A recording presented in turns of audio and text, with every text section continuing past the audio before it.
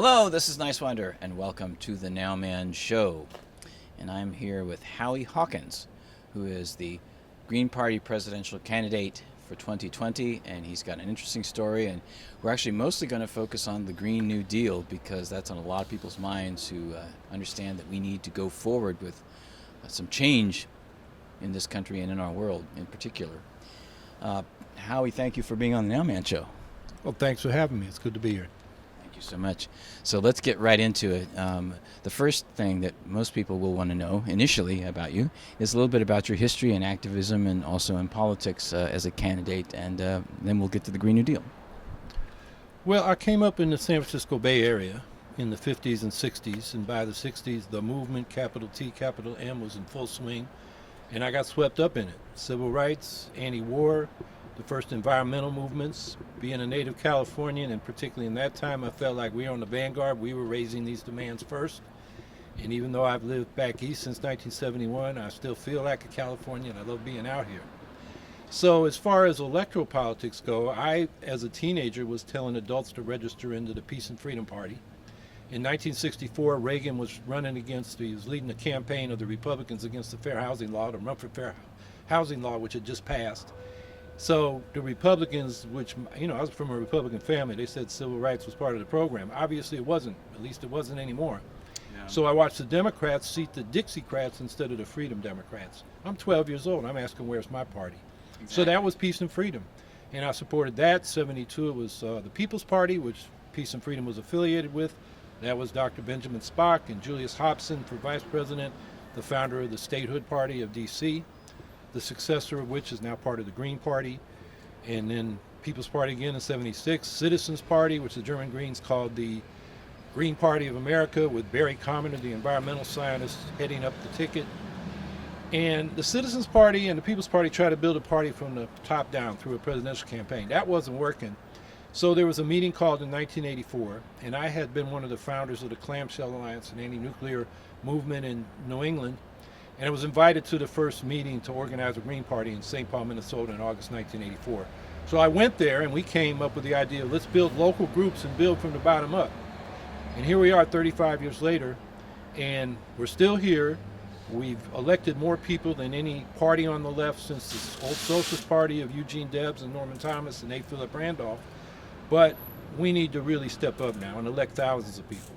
Me personally, I've run since 1993 many times for city council. I ran for Congress a couple times. The state party asked me to run against Hillary Clinton in 2006 for Senate, and then 3 times for governor, 2010, 2014, and 2018. In 2010, I was the first candidate in this country to run for a Green New Deal. Cuomo was saying he's the real Tea Party candidate. The Republican was a real estate developer from Buffalo. It makes Trump look like a liberal. Crazy Carl Palladino. But Trump was running to the right. He wanted to cut public employment, cut education spending, not tax the rich. So the Green New Deal was the Hawkins prosperity plan versus the Cuomo austerity plan. And it was both a massive public investment to get to clean energy, 100% that year we said by 2020. 2020, yeah. And for an economic bill of rights. So everybody was secure as we made this radical transition in our economy to 100% clean energy and zero greenhouse gas emissions. And, I've continued to campaign for the Green New Deal. It's now the signature issue of the Green Party for the last decade. And so that has been, what I'm running on now, an eco-socialist Green New Deal, which we can talk about more. But it's a long answer to your question. Yeah, no, that's perfect, though, because people need to understand that there is a rich history there that with a lot of details leading up to where we are right now. It's very important to know that. Now, Thomas Friedman, back in 2007, those who study economics know who that guy is. Speaking of austerity, right? He came to the conclusion that we needed some kind of a New Deal, right? How did that story happen? Well, he used the phrase Green New Deal in a New York Times column. I did note it at the time, but it was, tax incentives and corporate-led, transformation of the energy, electric cars, wind generators, solar panels. But it wasn't up to the task, and it really didn't get much notice. The Green New Deal as a political program was first brought up by the Greens Party of England and Wales in 2008 as an answer to the Great Recession, the financial and housing collapse, 2007 to 2009. So that was 2008. 2009, the European Greens ran on a Green New Deal for Europe. And so I got asked to run for governor, and I told the Greens in New York, let's run on the Green New Deal as our theme. And their first reaction was, oh, New Deal, that's Democratic. But I persuaded them that we want to appeal to those Democrats who still think the Green or the Democratic Party is the New Deal Democrats. It's been the corporate New Democrats for a long time. Exactly. But a lot of the rank and file still has that hope. So the contrast between us and Cuomo would draw people our way. That's the argument I made, and they said, okay, let's go with that. Actually, back in 2000, I proposed the same thing to the Green Party USA, and we ended up with a plank that was called the Global Green Deal. They wouldn't go with New Deal, Green New Deal. Yeah. So it's been, on our minds. It really encapsulates the center of the Green Party's program. So it's become our theme for the last decade. The problem is, after the 2018 election, the Sunrise Movement with Alexandria Ocasio-Cortez showing up at Pelosi's office demanding a Green New Deal. And that was great. They got public attention. The media loved it. It went viral. And by December, maybe 3 weeks later, they did a poll. 80% of the American public wanted a Green New Deal, including 64% of the Republicans. Imagine that. Really popular. The problem for us was, while it was good that they got it all this attention, they took the brand and diluted the content. By the time we got to the first of the year, and because Pelosi had killed the select committee for a Green New Deal that might have put legislation directly to the floor, she wanted to put it through committees she had appointed the leadership of. They had a non-binding resolution for a Green New Deal. And unfortunately, it left out key parts of the Green New Deal as the Green Party's been advocating it. For example, we want 100% clean energy and zero greenhouse gas emissions by 2030, because that's what the carbon budget that the climate scientists say rich countries have to meet. As Greta Thunberg schooled the ambassadors to the UN General Assembly a few weeks ago explained. So that's really what we've got to do. And they extended the deadline to 2050, the non-binding resolution for a Green New Deal. Is that also the United Nations too? The United Nations UN environmental, there's a environmental agency, and they called for a Green New Deal in 2009 as well. Maybe it was even late 2008, but it's very watered down. It's not as strong as we're talking about. But back to the non-binding resolution, they extended the deadline. They eliminated a key demand, which is to ban fracking and all new fossil fuel infrastructure.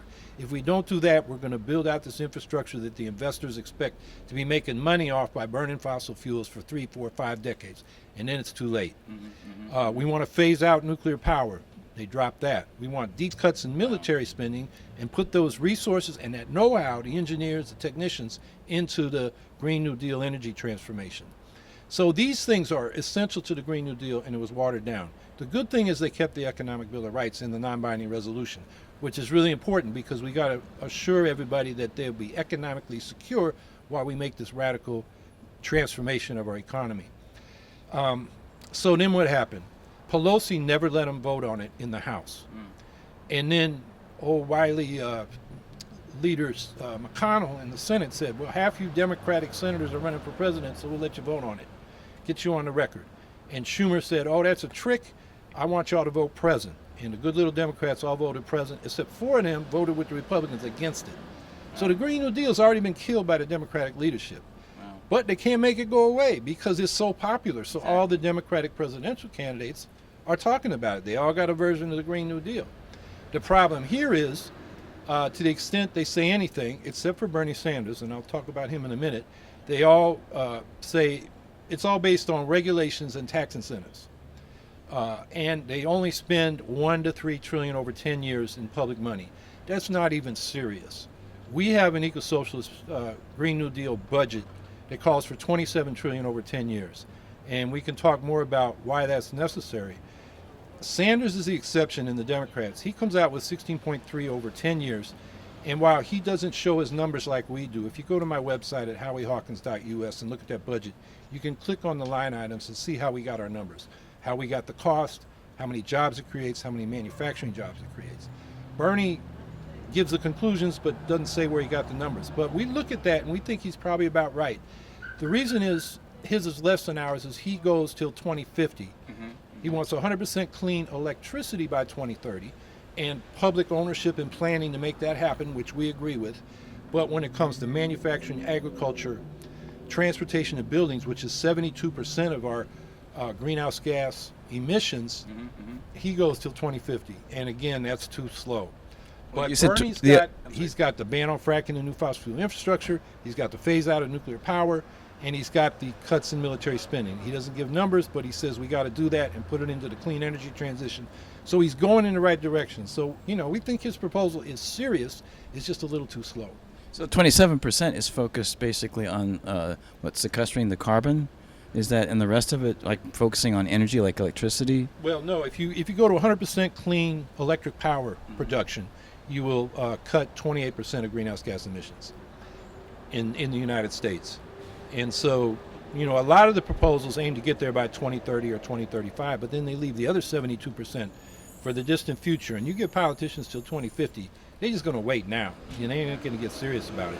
So what we do in the eco-socialist Green New Deal is say we got to do what we did during World War II, where the federal government either built or took over from companies like GM and Ford 25% of the manufacturing capacity in order to turn industry on a dime into what they called the arsenal of democracy to defeat the fascists. And we need to do nothing less for climate change. So in addition to the public power sector, we want a national railroad corporation to build electrified freight rails, electrified high-speed bullet trains between the cities, and within the cities, the light rail trolley systems. Like we got a trolley track going right by us. Right here, exactly. LA had the largest trolley system in the world, and by a conspiracy of the auto and oil and rubber companies, bought it out, tore it up, and put them dependent on buses, which aren't very good anyway. I live in Syracuse, and I have a map from 1903, and at that time, every abode in the city was within 2 blocks of a trolley, and they ran every 15 minutes. You could get around the city better on that trolley than you can today by a car, and it's a poor city. Half the people don't have cars. They depend on the buses, and it's really difficult to get around.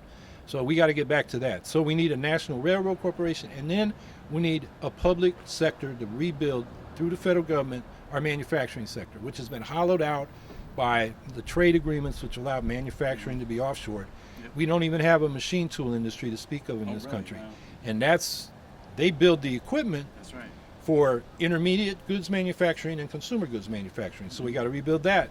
And then we got to build a new manufacturing sector based on clean energy, zero emissions of the carbon and other greenhouse gases, and zero waste. So we're not putting toxics into the environment.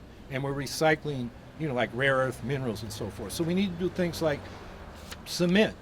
There are ways of producing cement without carbon. Now it's calcium carbonate goes into that Portland cement. They heat it up, and the carbon part goes into the atmosphere. It's 5 to 8% of the world's greenhouse gas emissions. It's a huge problem, but it's solvable. We got the technology. Or take making steel. Now we use coke ovens, which is kind of like coal that's been treated, and then it's burned to heat up the steel. You can do that with electric arc furnaces. And through all the technologies, we got to transform it, and that's going to require, especially to do it on the timetable we're talking about, public ownership and planning like we did during World War II with the weapons sector. The difference this time is after the war, they gave back all that manufacturing equipment to the super rich and the giant corporations for pennies on the dollar. We want to keep it in the public sector and lease it out to worker cooperatives, where workers can control their labor process and receive the full fruit of their labor, and we have a more equitable distribution of income at the beginning instead of safety net programs that only partially ameliorate the inequitable distribution of income. I like Jeremy Corbyn's plan in the manifesto of the left wing of the UK Labour Party, and I was really drawn to that. Democratize the economy. They got it in a three-tiered thing, of which the worker cooperatives is just one part of it for the workers. Then they have the actual public or national ownership, which people in this country are scared of because there's still people in the baby boomer generation particularly, they're afraid of that word socialism. And then there's the community ownership, like what we would see here right now where we are right now in the Echo Village, LA, which is a community land trust, and with a lot of different interesting moving parts here basically with community garden across the street over here, and that's community ownership. So worker ownership is something that is based on people coming together, like Mondragon in Spain.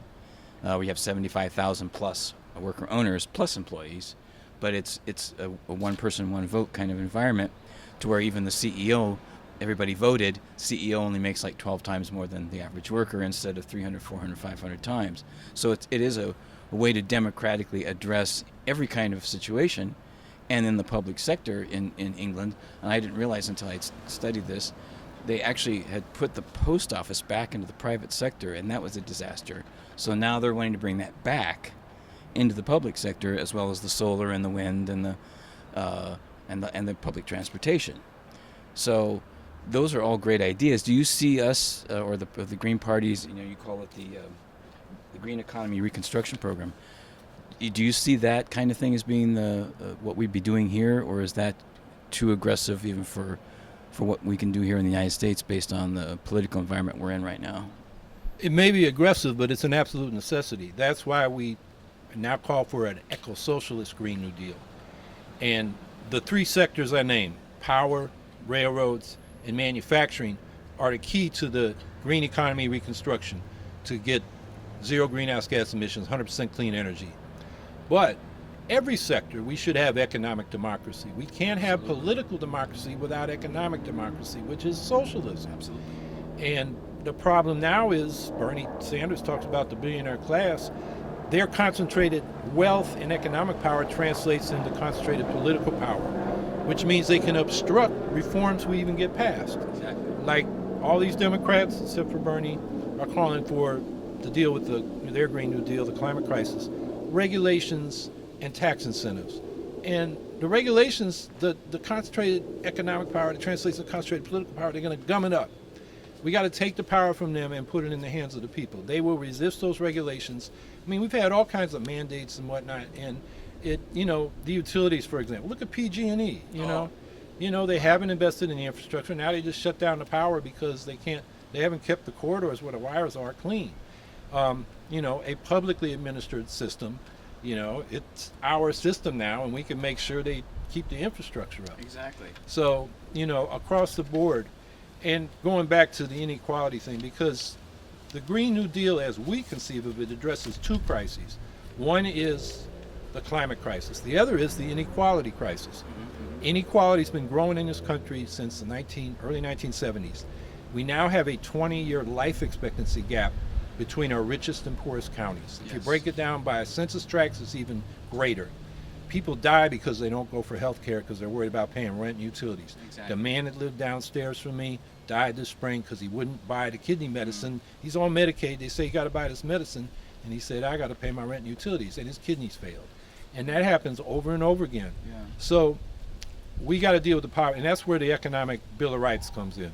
Gives everybody the right to a job at a living wage if they can't find a job in the private sector. An income above poverty, a negative income tax. If you're below the poverty level, the government sends you a monthly check instead of you having to pay taxes. A home. We need to greatly expand public housing as a stopgap, immediate universal rent control federally. We did that during World War II because we weren't building housing, we were building weapons, and the rents were going up.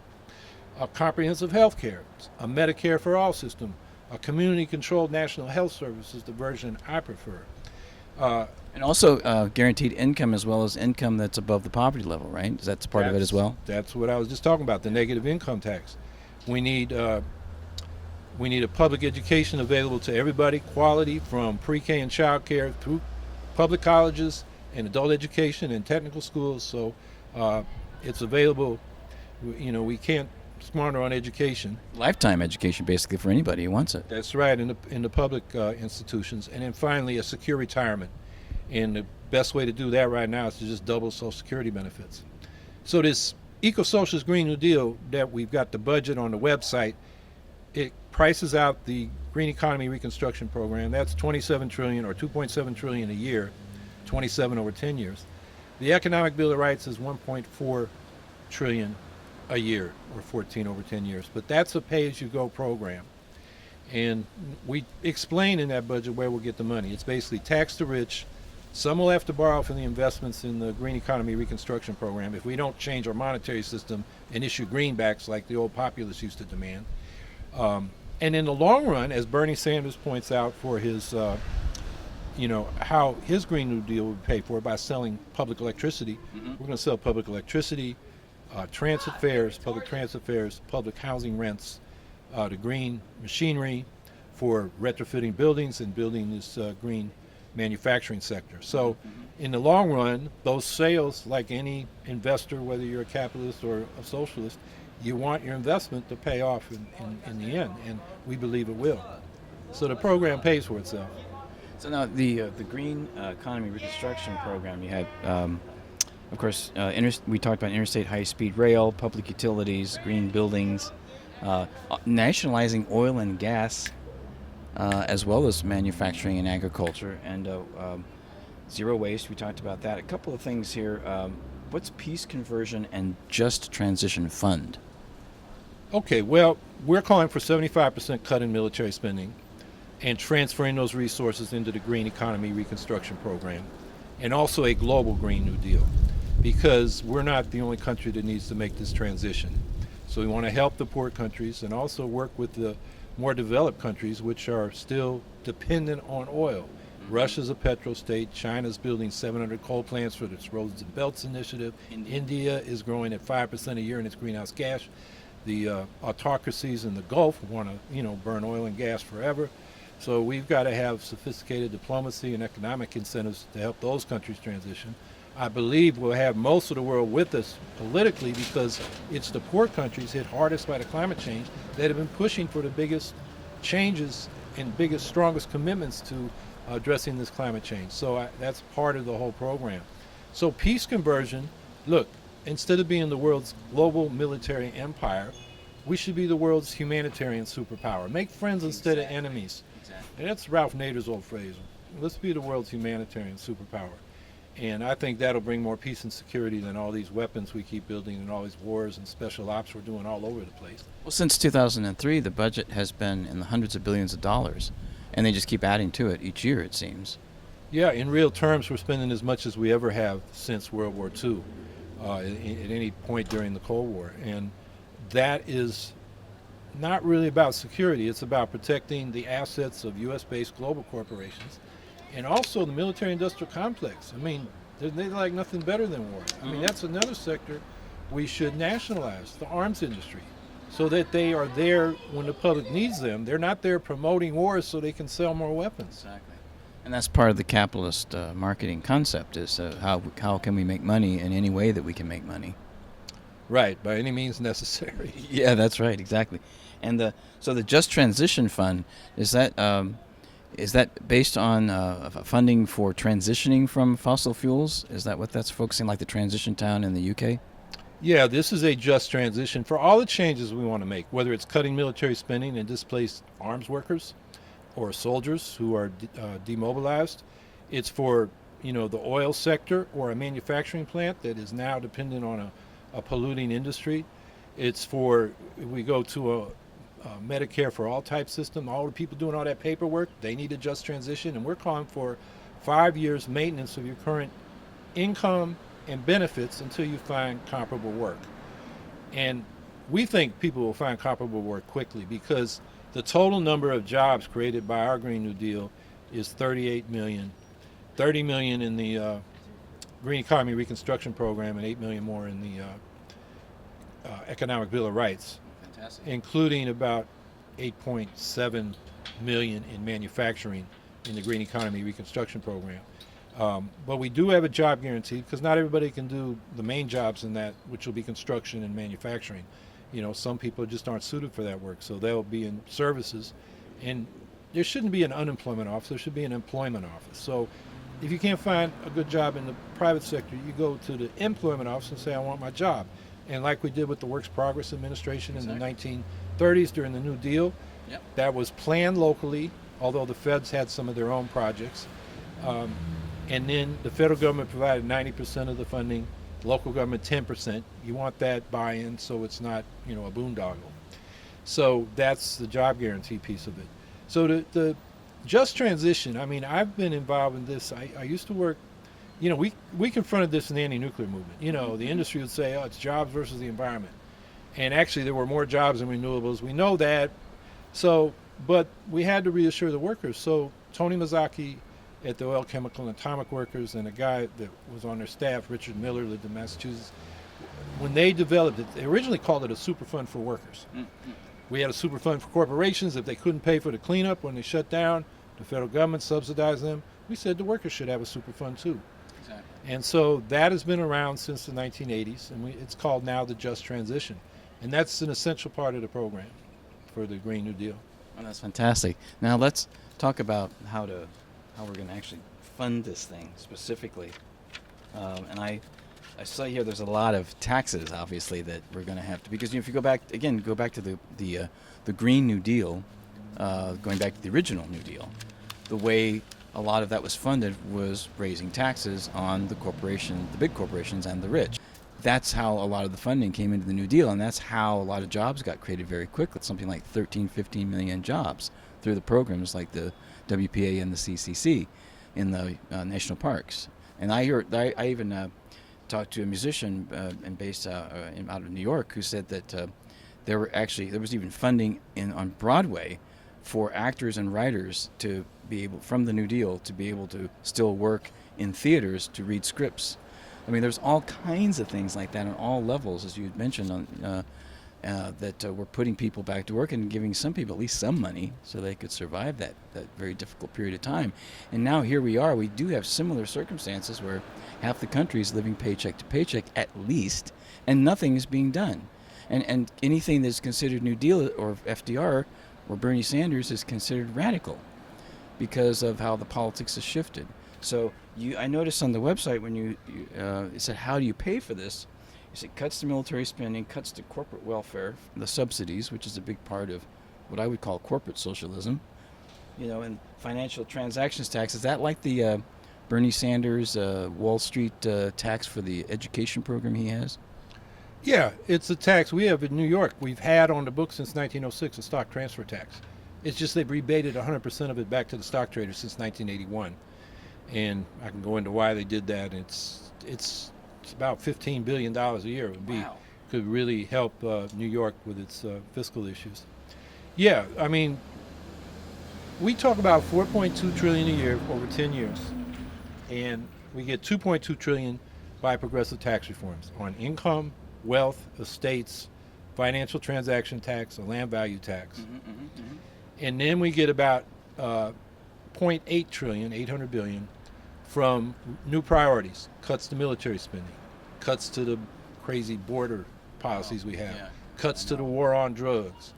And we actually save some money on some safety net programs like the earned income tax credit. The negative income tax covers that.